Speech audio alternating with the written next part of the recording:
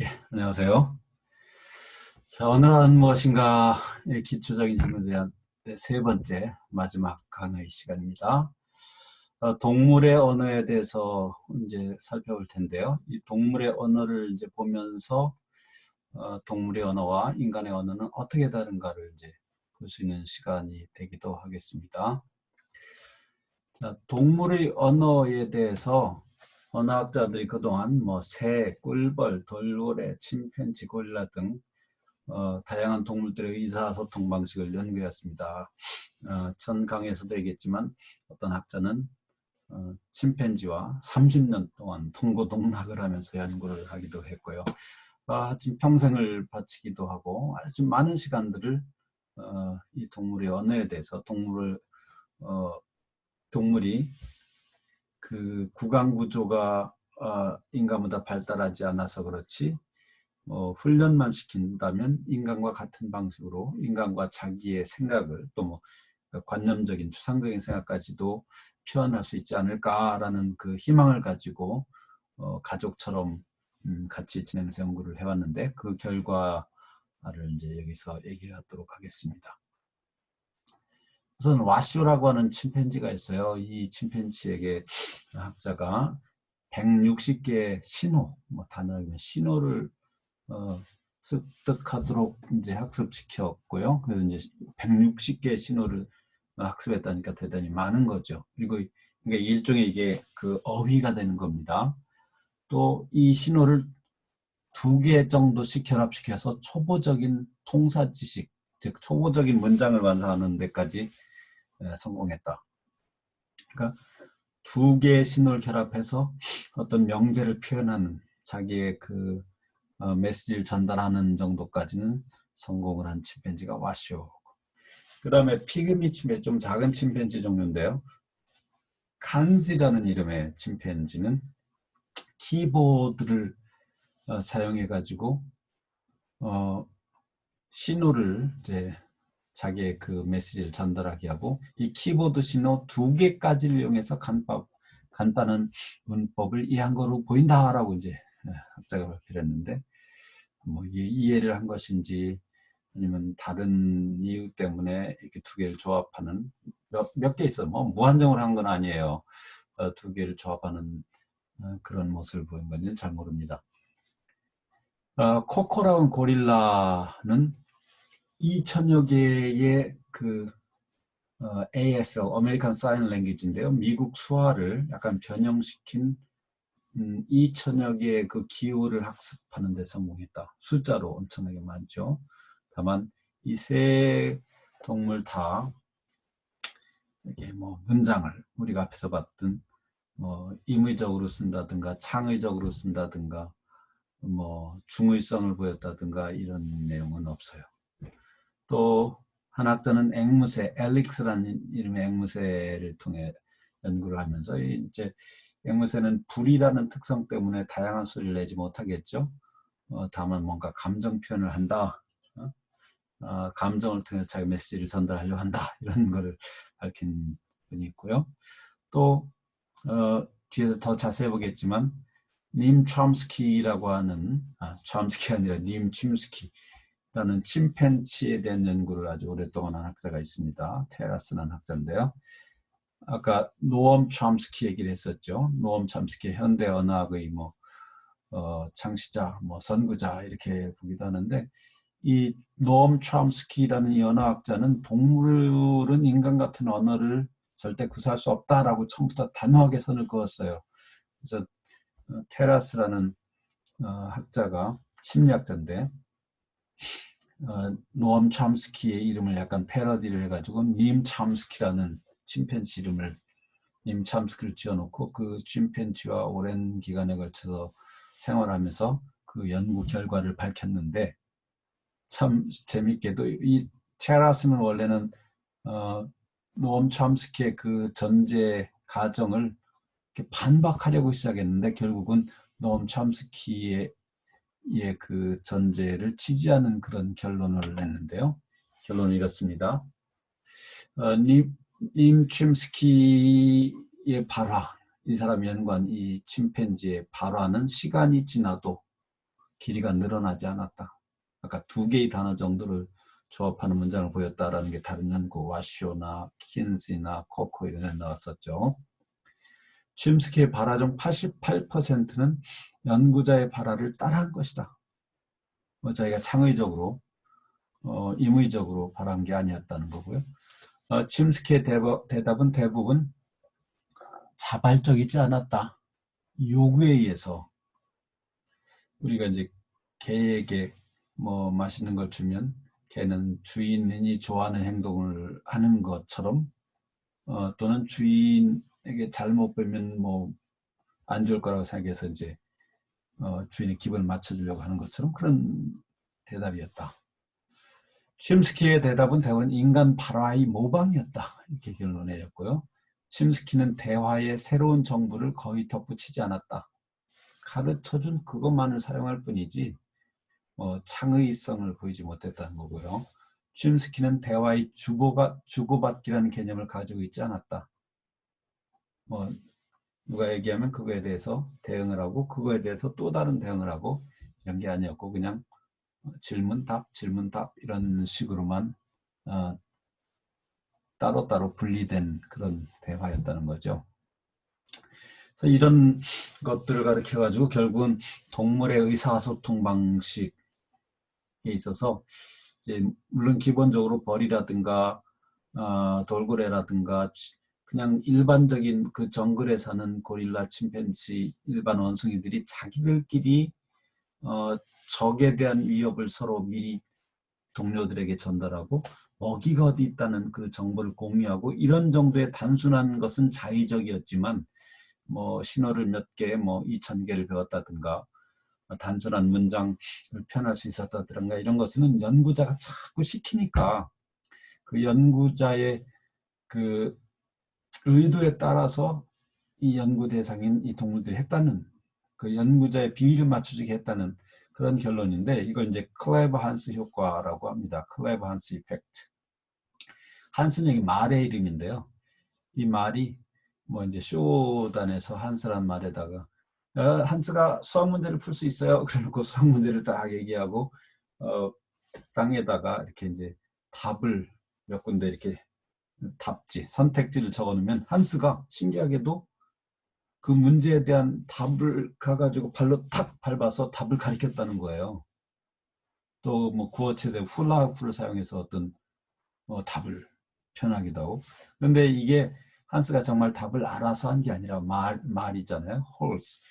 답을 알아서 한 게 아니라 그 조련사라든가 주위에 있는 관중들의 표정을 보고서는 저걸 찍으면 이 관중들이 조련사가 좋아하겠어. 그래서 이제 그런 의도에서 답을 눈치로 맞췄다는 거죠. 그래서 이 침팬지의 연구 결과는 자의적인 것이 아니고 이 연구를 주도하는 사람의 의도에 맞춰서 이 동물들이 반응을 한 것이 아니냐, 이렇게 이런 결론을 내고 있습니다.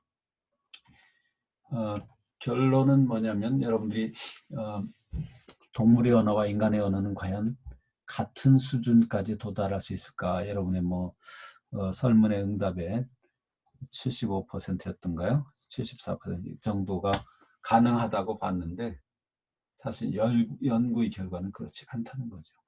동물의 언어는 아주 기본적인 의사소통,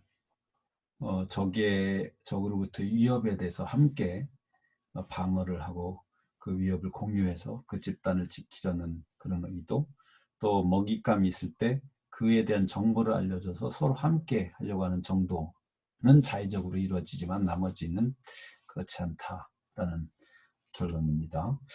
그런데 모르겠어요. 또 동물에 대한 연구가 더 좀 새로운 방법으로 진행이 되면 뭐 우리가 이해를 못해서 그렇지 동물들도 나름대로 높은 수준의 의사소통을 한다는 걸 알 수 있을지 앞으로 연구를 좀 더 두고 봐야 되겠지만 현재까지의 결론은 클레버 한스 효과가 보였다라는 겁니다. 자, 이제 인공언어, 인공지능 언어에 대한 얘기를 하죠.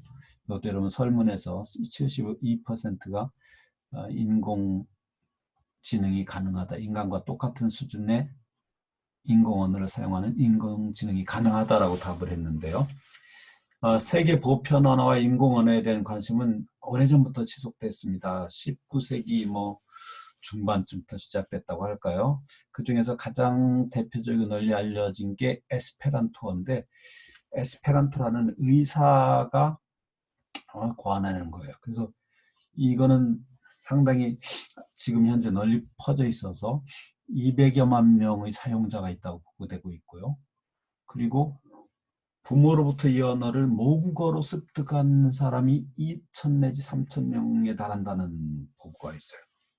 근데 문제는 이 에스페란토가 유럽어 중심으로 되어 있기 때문에 사실은 세계 보편어를 만들 목적으로 만든 언어인데, 이게 쓸데없는 성변화, 여성, 남성, 중성, 일격, 이격, 삼격 이런 그 굴절 표현을 사용한다는 거죠. 우리 한국에는 전혀 없고, 우리가 유럽어, 불어나 이태리어나 독일어 배울 때 가장 어려운 게 그 어떤 명사가 문법적으로 여성이 있고 남성이 있고 중성이 있고 또 일격, 이격, 삼격, 사격해서 막 명사가, 형용사가, 동사가 막 변화를 여러 가지 다양한 형태로 하는데, 그게 배우기 어려운 건데, 그런 점을 그대로 유지하고 있던 점에서 사실 유럽 이외 지역에서 이거를 그 세계 보편 언어 사용하기는 참 어려운 실정입니다.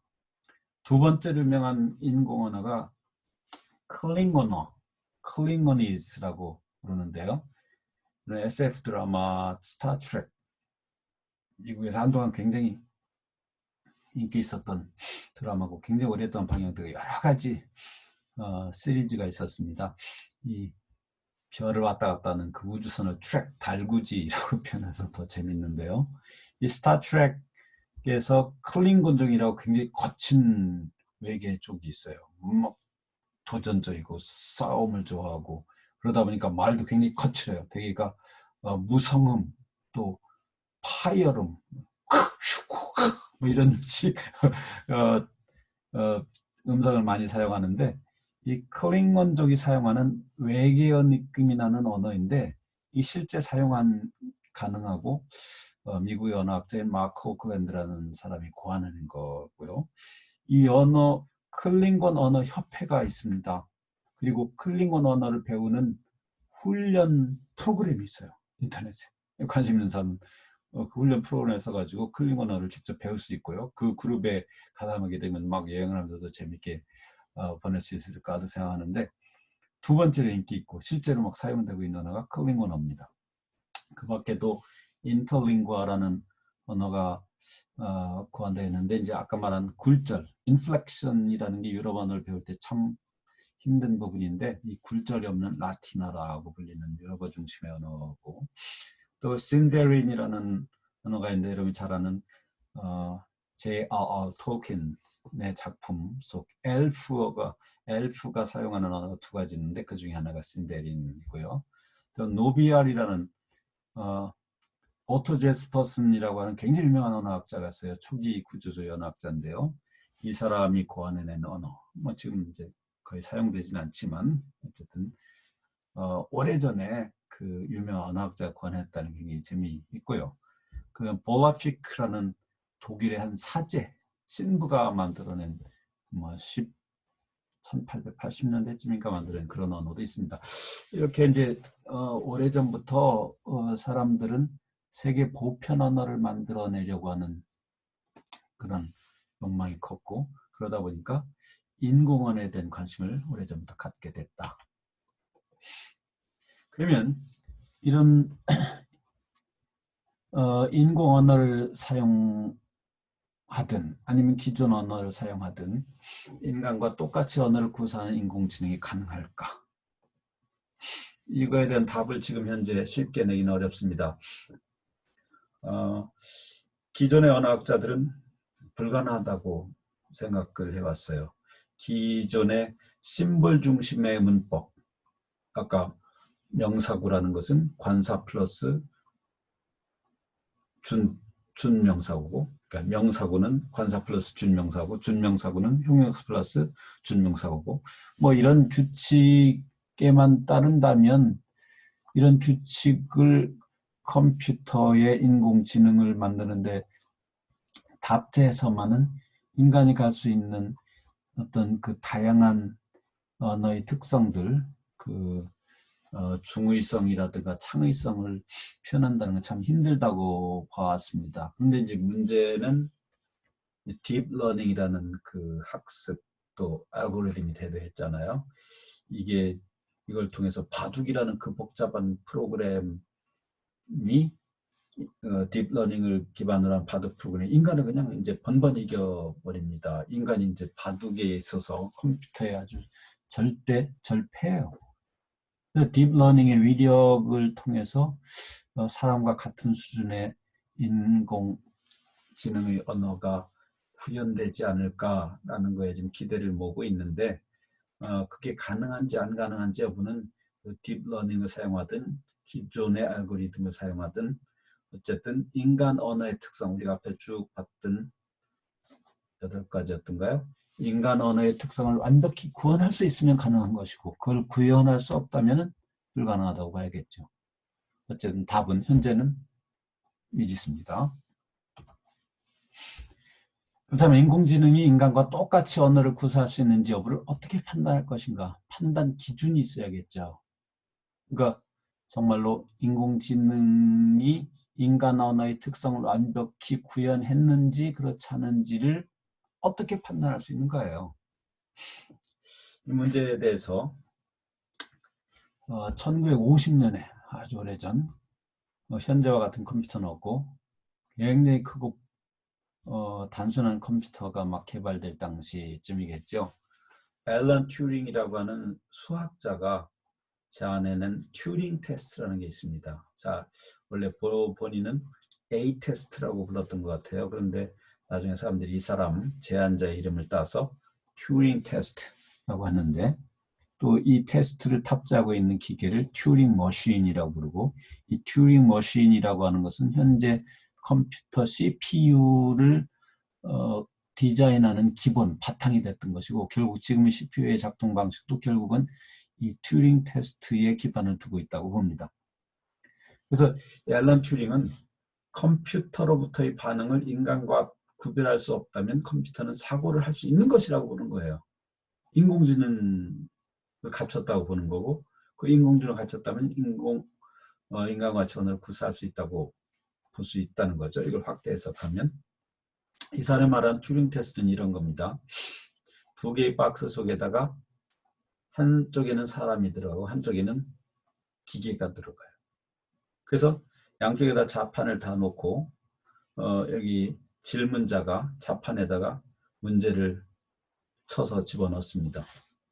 어떤 단순한, 예를 들면 1 더하기는 얼마? 이런 거라면 컴퓨터에서도 답이 즉각 나올 수 있겠죠.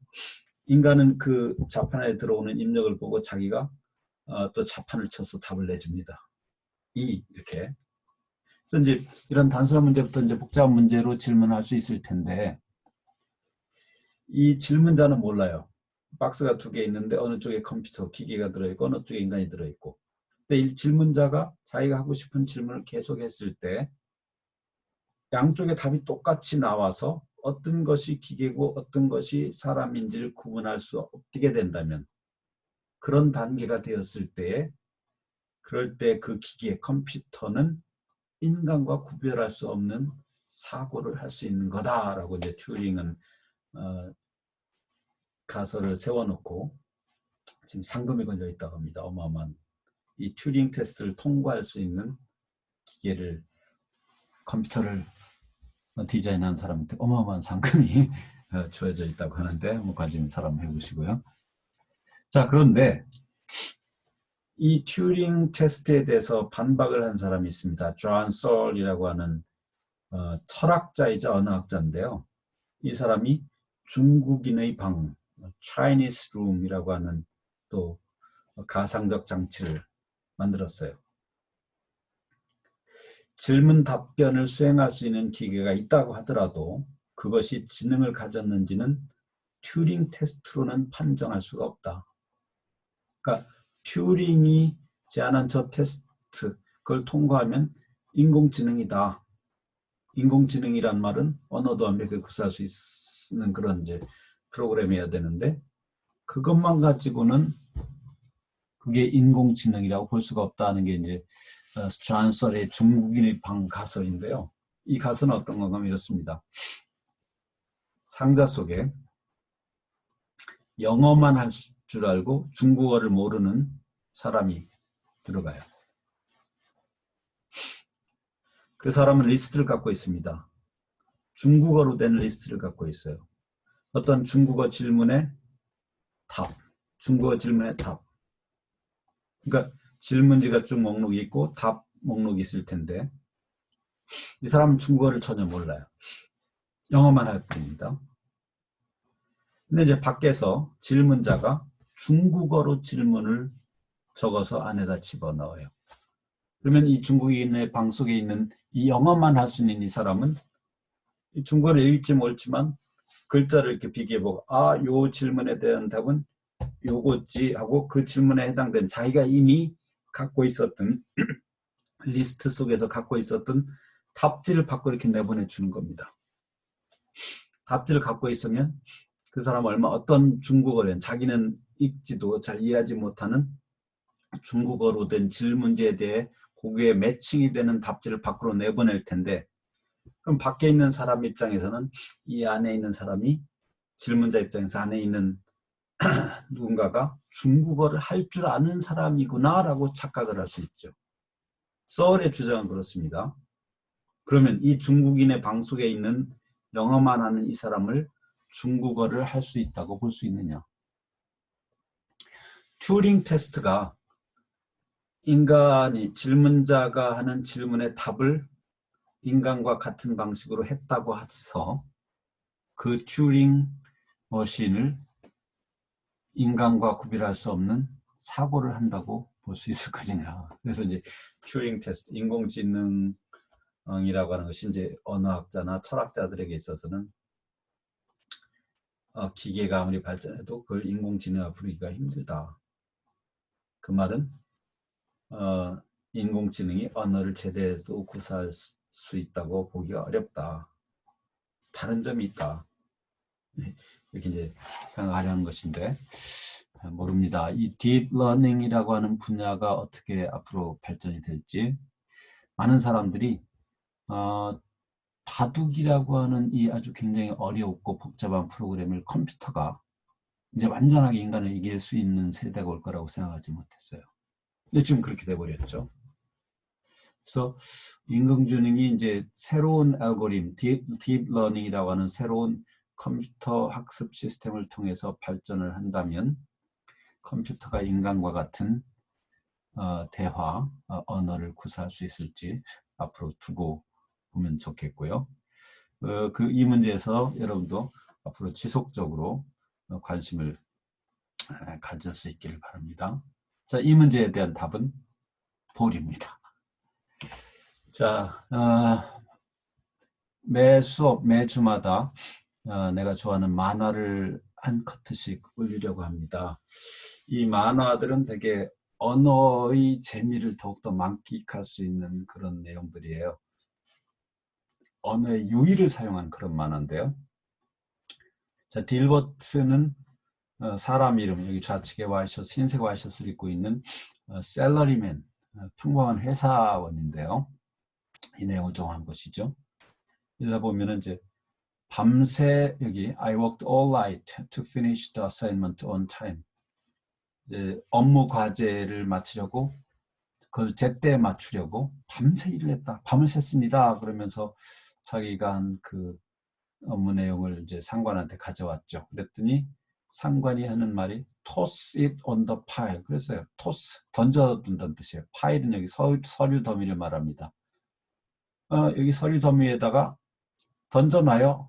이랬어요. 그러니까 이 딜버트가 밤새 그 일을 마치려고 애를 써서 했는데 아무래도 기분 나쁘죠. 그거 던져놓고 가. 그러니까. 그래서 이 사람이 기분이 나빠서 I'd feel better if you used a different choice of words 이런 표현을 썼죠.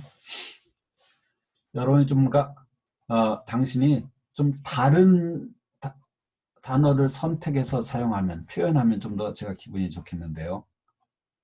기껏 가져왔더니 toss it on the pile 이게 뭐냐. 다른 표현을 좀 써달라. 그랬더니 여기 보세요.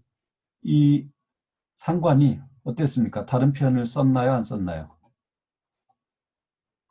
네? 처음에는 toss in on the pie라는 표현을 썼다가 그 다음에는 plop it on the top. 예. 여기 top, 꼭대기에다가 plop, 떨어뜨린다는 뜻인데 그렇다면 여기 위에다가 떨어뜨려 놓고 가요. 딜버트가 요구한 대로 다른 단어를 썼습니다. 그럼 딜버트는 기분이 이제 좋아졌을까요? 아니겠죠? 딜버트가 말하는 a different choice of words라는 것은 정말 이렇게 단어만 바꾸라는 뜻이 아니라 좀 다른 메시지를 내놔라. 뭔가 좀 다른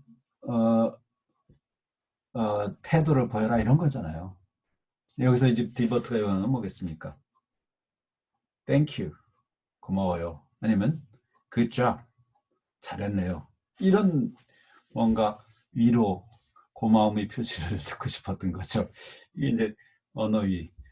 이 보스 입장에서는 다른 표현, 다른 단어를 선택한 표현을 분명히 했지만 이게 딜버트가 의도한 바가 아니었고 이 만화에서 딜버트 만화에서 요 상관은 아주 악랄한 사람입니다. 일부러 저렇게 한 거예요. Thank you나 뭐 good job 이걸 몰라서가 아니고 아주 긴장을 항상 넘쳐흐르는 두 사람인데 이런 게 이제 언어 유희를 통한 재미라고 하죠. 자, 그래서 언어란 무엇인가에 대한 강의를 마쳤습니다. 다음 시간에는 말과 글에 대한 내용을 시작할 텐데요. 인간의 말은 어떻게 시작됐는가, 언어의 기원에 대한 문제, 그리고 글자는 어떻게 생겨났는가, 처음부터 우리가 사용하는 이렇게 추상적인 모양이었을까 아니면 또 다른 무엇이었을까, 그러니까 말과 글의 기원과 발달에 대한 문제를 자세히 살펴보도록 하겠습니다. 수고했습니다.